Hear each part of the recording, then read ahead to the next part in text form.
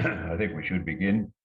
Welcome to this meeting of the Progressive Christian Network of Victoria. I hope you'll find it a very interesting experience.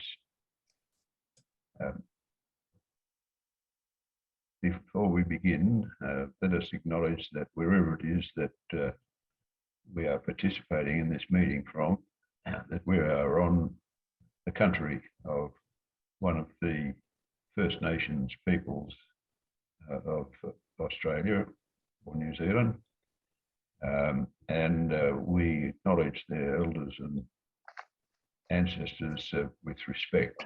I'm present on Wurundjeri and Boonwurrung country, and I acknowledge their leaders and ancestors. We have something for you this afternoon, which I hope you'll find extremely interesting and rather challenging. It's a recording. Unfortunately, we're not going to be able to interact with the speaker, but we should be able to have some sort of a discussion following the conclusion of the video, which runs for about 33 or 34 minutes. To introduce the speaker, here's Coralie Ling.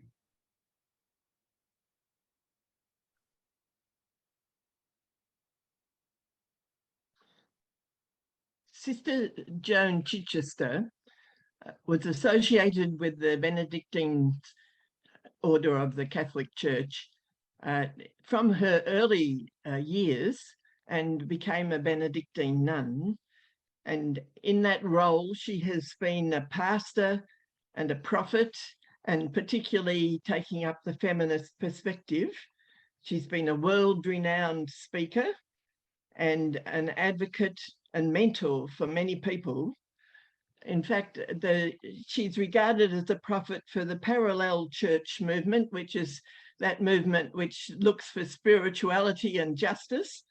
And she's also been someone who's valued the voices of many people across the world and in many different places.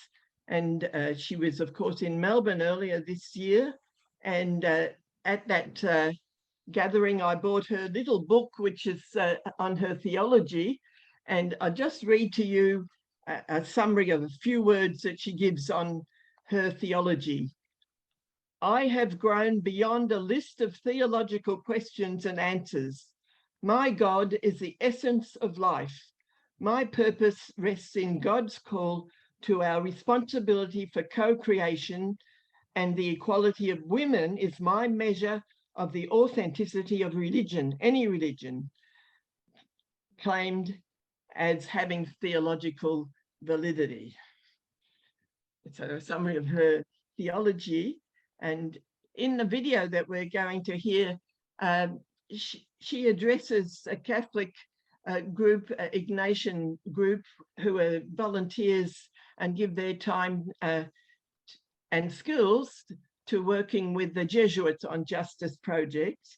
And it is a group in America, so we will be in the context of America and the Catholic Church. So we need to, as we hear it, think about what are the implications for our own situation in Australia and what resonates.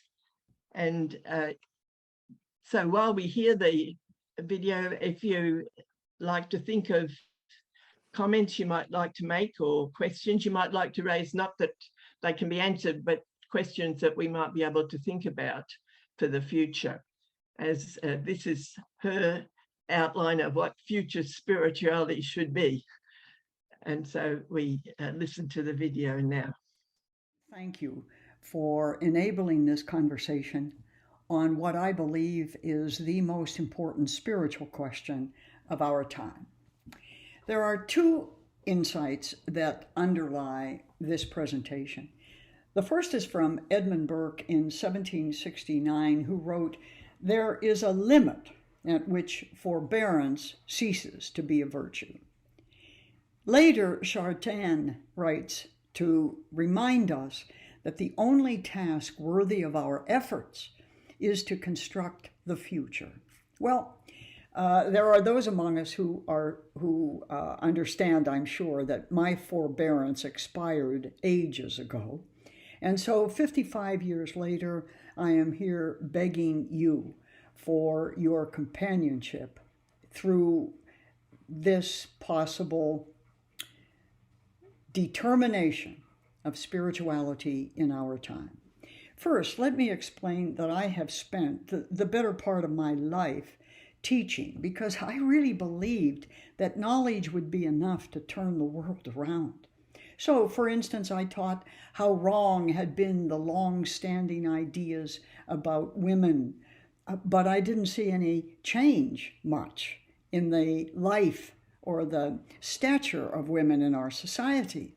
Then I taught the numbers of civilian dead at the hands of modern warfare and discovered that warfare now realizes that 60 to 80% of its victims will be civilians. But the support for war does not seem to have faltered much. I look too at the 6th century rule of Benedict and its world-changing effect on the development of Europe for centuries. And I looked around our society and wondered what we are missing now in this world where capitalism leaves whole levels of the population poor and then blames the poor for their inability to find low-level part-time work as life becomes more and more technological for all of us. I was naive enough to think that once people understood this kind of social imbalance that was dogging all of us, that somehow or other we would begin to see our own society and our role in it and our spiritual lives differently. The social imbalance that dogs us is the second classism of women, the marginalization of Black and brown people, the corrupt nature of patriarchy, the theological deviance of clericalism, and the corruption of the political system.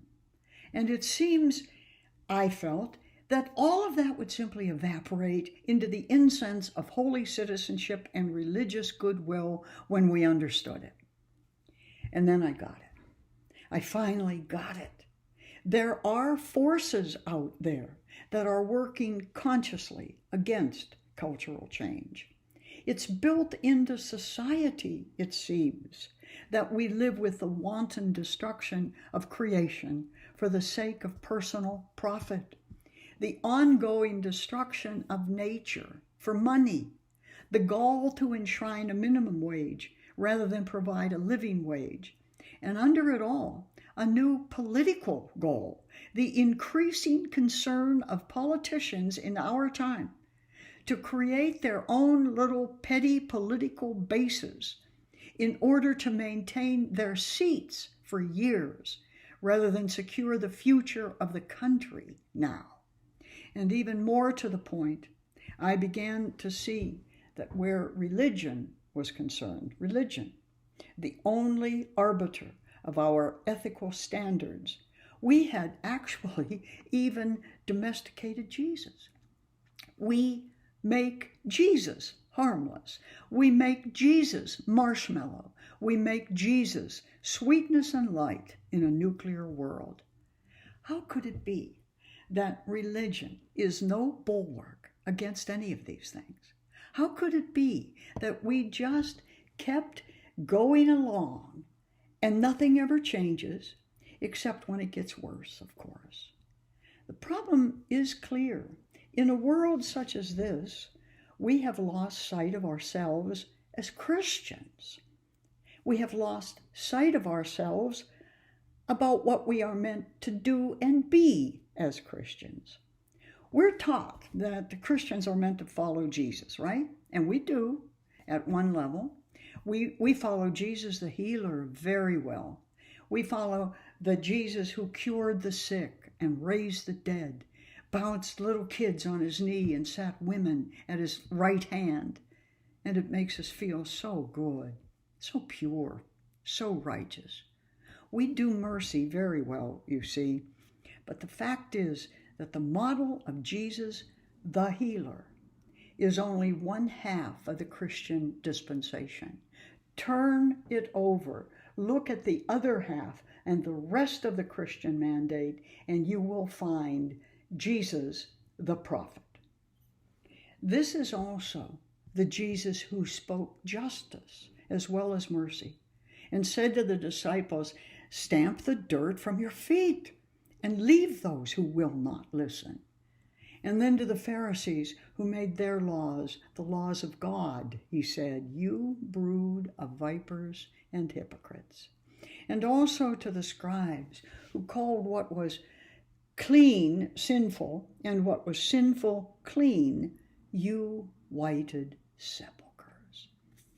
This is the Jesus who cleared the money changers out of the temple and broke the laws of the Sabbath on behalf of the sick and the hungry and the outcast. Jesus the prophet challenged the high priests in the temple itself and could not be intimidated by Pontius Pilate to give in to the politics of the day. We are meant, in other words, to follow the Jesus who refused to ignore injustice, who refused to surrender the will of God for the sake of public or political approval.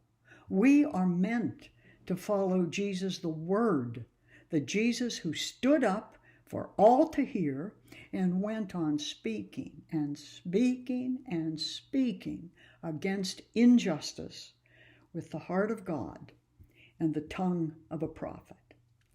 Instead, we live in an era that accepts half of what it means to follow Jesus, the nice half, the half that makes us feel upright and righteous and very satisfied with ourselves.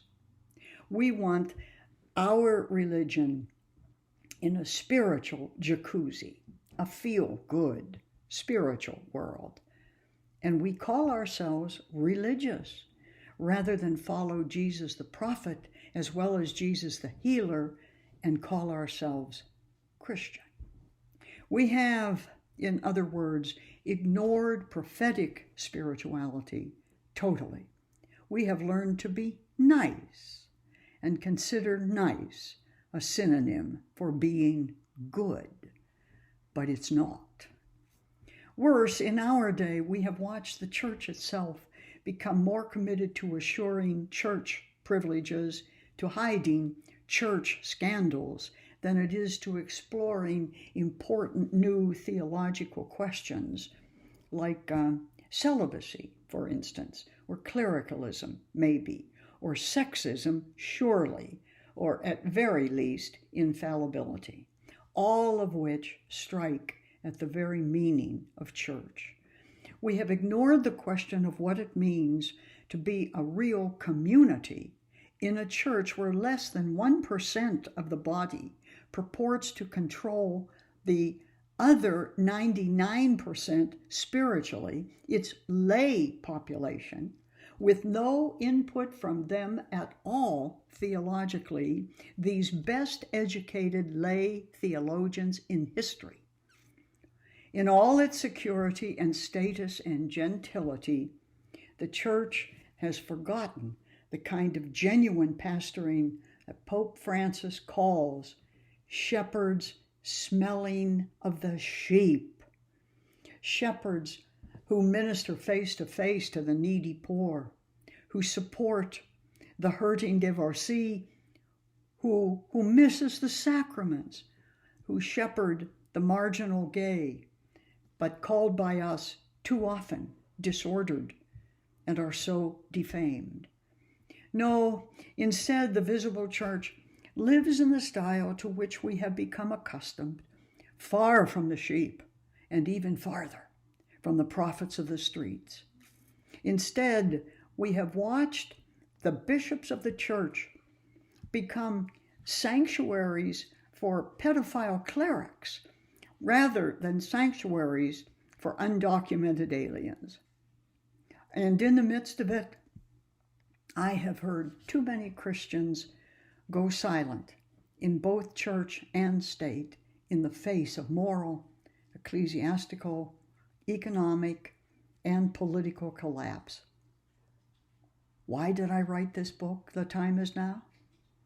Because I could not bear the roar of the silence 1 minute longer.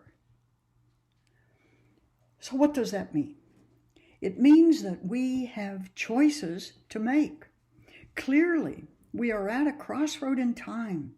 In the light of the great questions of the day, we must begin to take steps that will determine the future of the world. And we have a choice. The problem is that choice takes 3 forms. Our first choice is simply whether or not we will avoid what we're looking at. We can, of course, simply withdraw from the fray. We can say, I'm not getting involved in that, and curl up again in front of the television and leave all the great questions of life to somebody else to answer, as in, what about the air pollution, the desertification, the loss of species, the destitution and despair and abandonment of immigrants, the inequality of women, the other half of the human race, and simply say, well, that's not my problem. Really? Well, it's going to be your children's problem if you don't do something about it.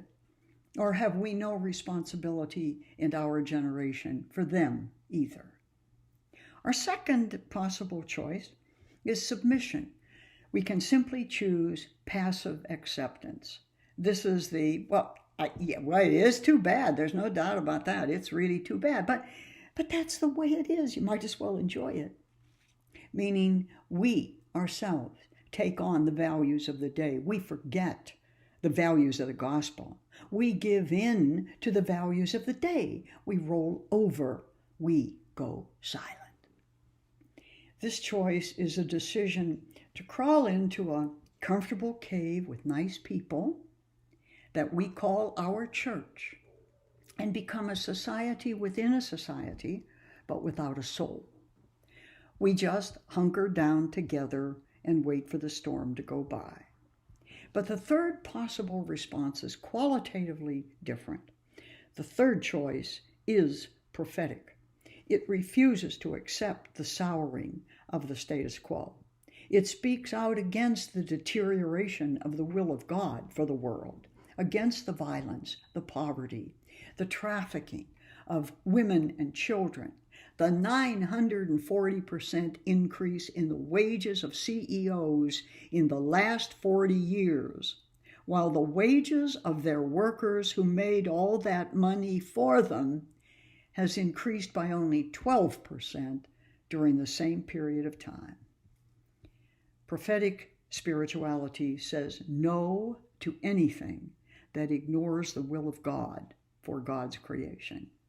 This third choice follows the path of the prophets of old, who spoke the voice and the vision of God for the world then, for justice, for equality, for peace, for creation, and for human dignity everywhere. And they spoke it over and over again, whether the world wanted to hear it or not, whether it disrupted their busy lives or not, whether their neighbors approved or not.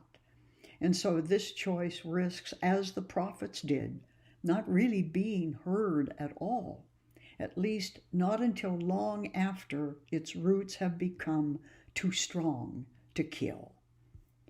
The prophet recalls the present to the will of God, and so seeds the future with its eternal message. This third choice sounds the call for the building of a holier future. This choice is to courage. So the questions for our time must be, what is the call to prophetic spirituality? What do we mean by this? This world, our world, has obviously gone badly askew. We stand on the cusp between authoritarianism and freedom, between universal compassion and national self-centeredness. This world is a world in wait. It is waiting for some wise and wild voices to lead us back to spiritual sanity. Our world waits for you and me to refuse to be pawns in the destruction of our global society and ecosphere. The great spiritual issue of our time at this spiritual crossover point is clear, isn't it? Will you and I, will we ourselves take up now and here what we know is our own moral and spiritual responsibility to make the world a better place for all, to bring to life the fullness of creation for all, or not? Because that is where the prophet comes in. The prophet is the person who says no to everything that is not of God, no to the abuse of women, no to the rejection of the stranger, no to crimes against immigrants, no to the rape of the trees, no to the pollution of the skies, no to the poisoning of the oceans, no to the despicable devastation of humankind for the sake of more wealth, more power, more control by a few. No, that is, to death. As the prophet Daniel Berrigan said, the prophet is the one who speaks truth to a culture of lies. For while saying no, the prophet also says yes. Yes to equal rights for all. Yes to the embrace of differences. Yes to the will of God for everyone.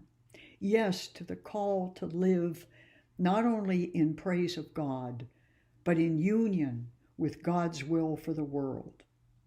Yes to life. Prophetic spirituality sends us into the world with one eye on the will of God for all of it at all times. But just as important for us to understand is the fact that the biblical prophets were, all of them, also reluctant bearers of the word. They pled their businesses, I'm too busy to go, their families, their present situation as an excuse. They argued with God. They said, too old. I'm too old for this. I can't do this. They said they were too young. I don't know anything. I wouldn't know how to do this. Too dumb, too busy, too afraid to have their important little lives interrupted for such a fruitless task. They resisted the call. From Moses on down, they tried to beg off, just like we do, just as we are doing right now. And God refused their every argument, every time. God's answer, always the same, was, you must be a watchman on the tower, he told Isaiah. A herald in the camp, he said to the others. Whenever you hear a word from my mouth, you shall give them warning from me. You must warn them. You must warn them. You. That's the call. It is the steadfast, unyielding, courageous commitment to the eternal will of God for creation, whatever the cost to themselves. That is the prophetic tradition. Most important to realize, perhaps, is that prophets faced exactly the same things then as we are facing right now.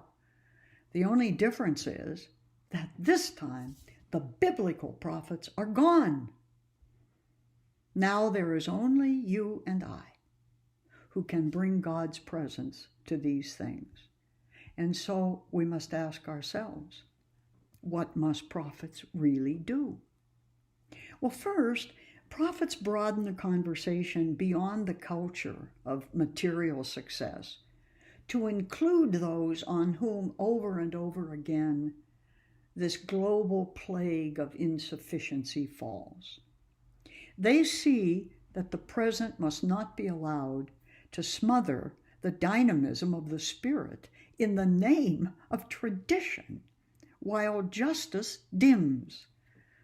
Like the great prophets of old, like Isaiah, who challenged the militarism of Israel, like Jeremiah, who bemoaned the exclusivity of Jerusalemite theology, like Ezekiel, who argued for inclusiveness of foreigners in parochial Israel, like Amos, who challenged Israel's false prosperity gained by the terror of war and by taxes taken from the earnings of the conquered. For the spiritual life to become vibrant and vigorous in every age, the prophetic voice must be allowed to speak and to be heard in the church as much as in society. It is this prophetic tradition with which my own Benedictine order and later Jesuits everywhere challenged the Dark Ages with education and human isolation with community concern, and the breakdown of the social order with hospitality houses and social centers when no one else anywhere was saying that the privileged of us had a responsibility for the poorest of the poor. No, it's not easy. I never said it was. Withdrawal in the name of religion is so much easier than participating in the difficult debates that real religious compassion, advocacy, as well as aid demands of us. Life without the prophetic spirit to animate it is lifelessness without a name. The role of the public religious voice in church and society is an essential one.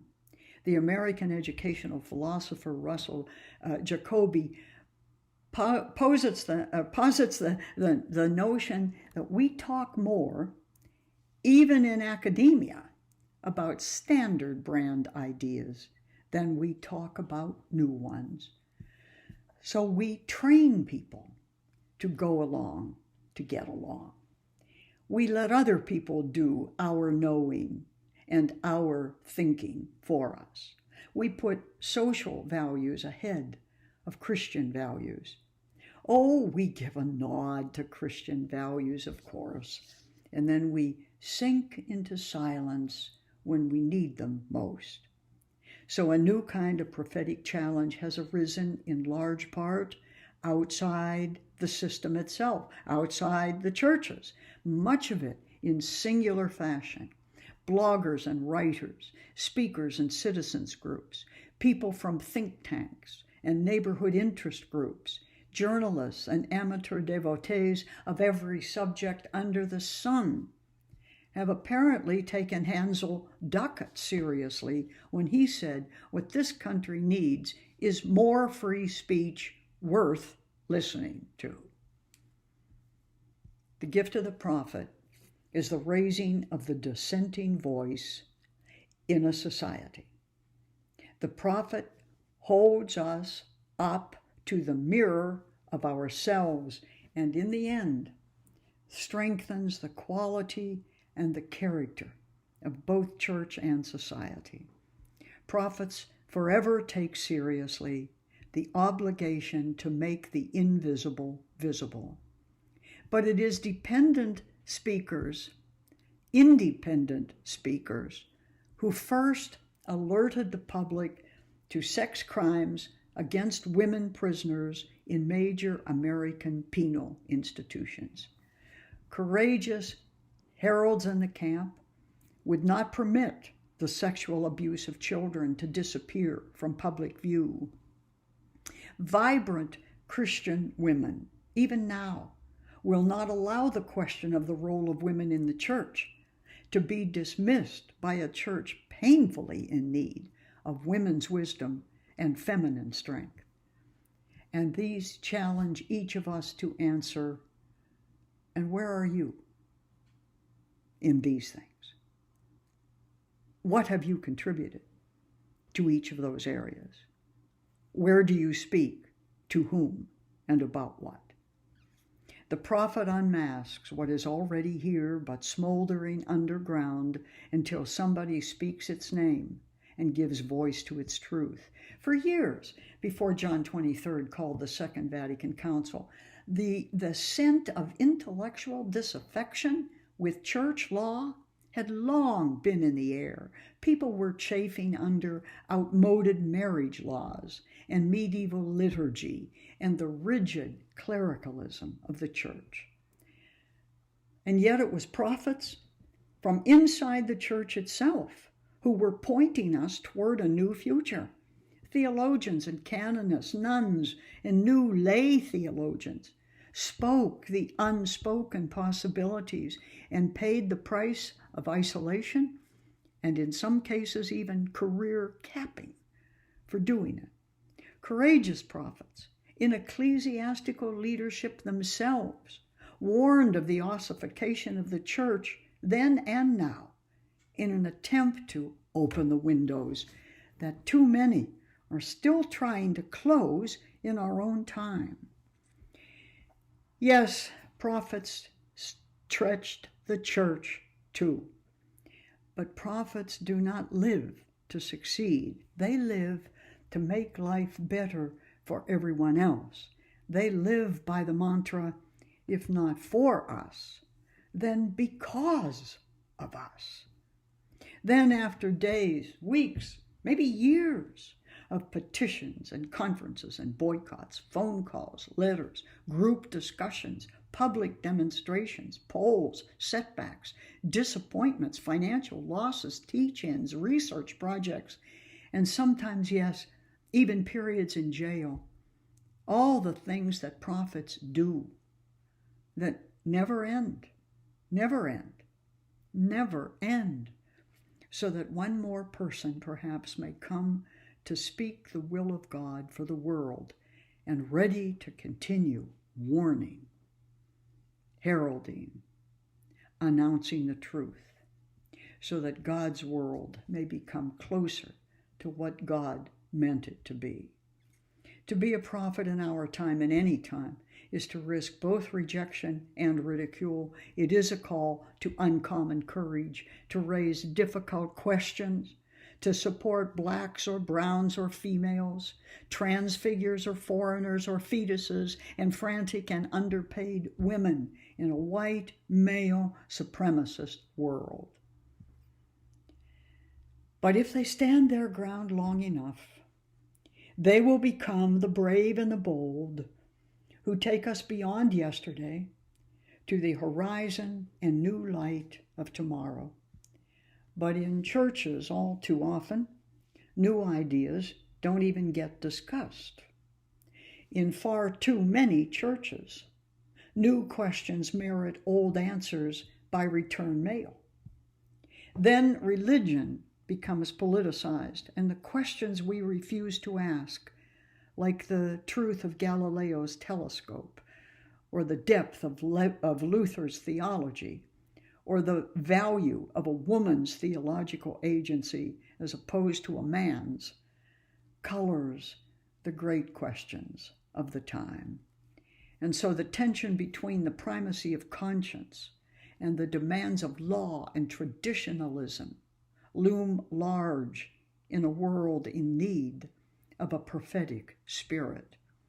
We cannot trust old answers about the justice of war, or the so-called balance of social structures, or the equity of global economic systems, or the morality of business practices, or the role of religion in public life, or the moral limits of nationalism anymore.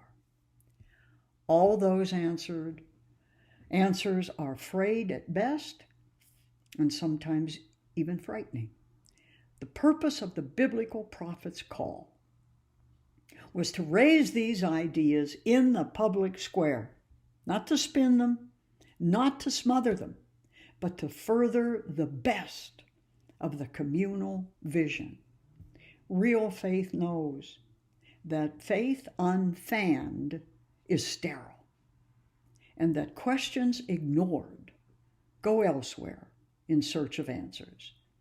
The only question now is whether there will go on being prophets enough to help the world sort and sift ideas that others want only to suppress for the sake of the suppressor, not for the sake of the gospel.